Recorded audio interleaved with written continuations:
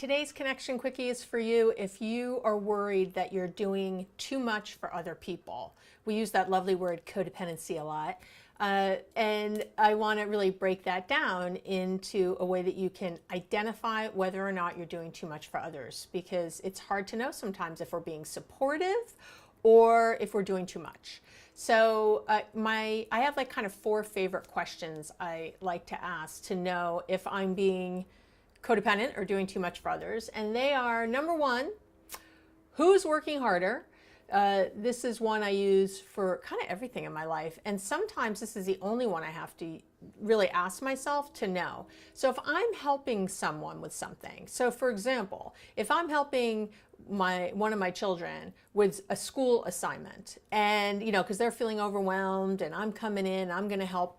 Sometimes what I have found is that suddenly I'm doing all this work and my kid is like on their phone scrolling, Snapchatting someone while I'm there, at the computer, at the controls, asking questions, and they're sort of looking up every now and then to give me some feedback.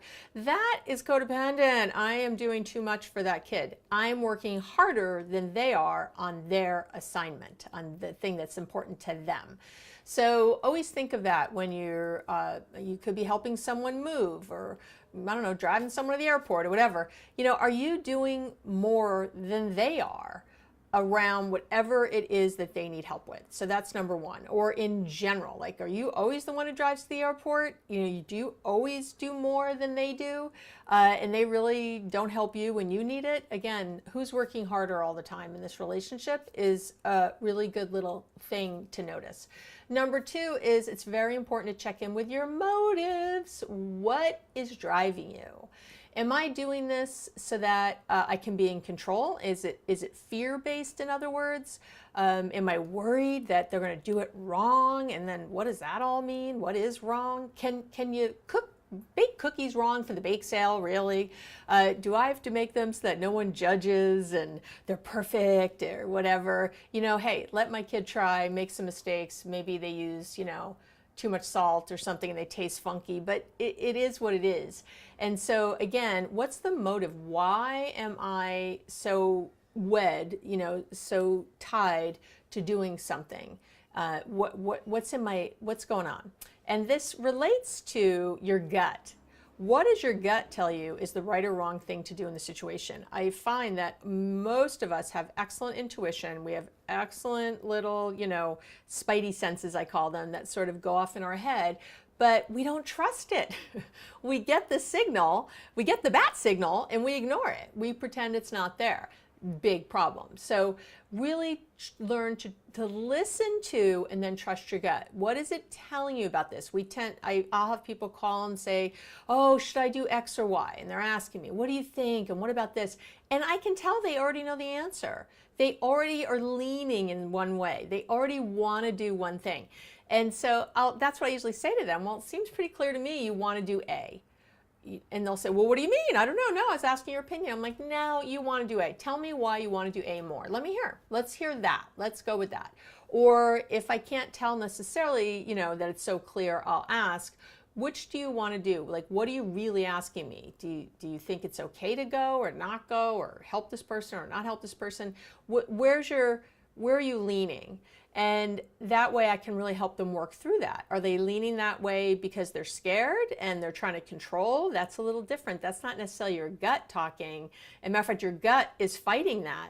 And that's why there's even any kind of, difference in your head about it, any kind of conflict. Otherwise, you just go do it. So it's actually good sometimes when you're having that conflict. It means maybe that you're breaking some old negative patterns. And then number 4 that I use a lot is the whole teaching someone to fish versus giving them a fish. So I want you to think to yourself, is this thing I'm doing something that they can do in the future alone after I show them one time? So it's fine to maybe work harder than someone else one time as you're showing them what to do and how to do something, or getting them on board with some process. But that should be then that they can take it over. That's the goal, that they'd be able to take over whatever it is that you're teaching them. So are you teaching them to fish, or are you giving them a fish, is another really important filter or question to use when you're deciding if you're doing too much for someone else or not.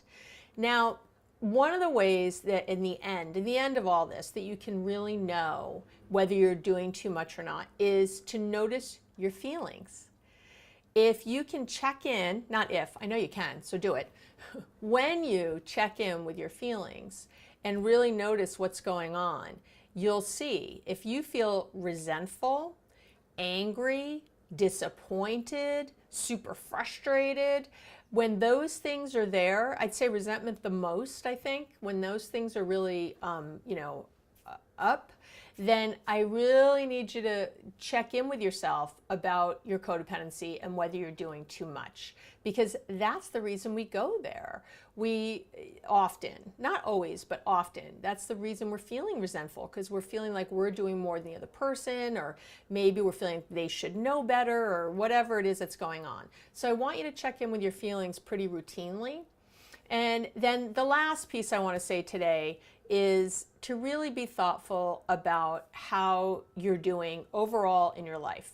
So maybe the other person is working hard and you're helping them move, let's say. But if the rest of your life feels like a train wreck and you really don't have time for self-care and to take care of yourself, then I need you to check that. Because yeah, maybe they're working harder, but I need you to look at what's your motive here. Are you trying to be liked? Are you, just trying to please? Are you trying not to cause conflict? Not taking care of yourself is a big issue, and putting yourself first is a big issue. So you can't just take one of the questions on their own and go, oh, well, they're working harder than me, so it's okay that I'm coming to help them move all weekend, when that means I'm going to miss work on Monday and I don't have any sick days left, and then maybe I get sick myself because I'm so worn down. Do you see where this is going?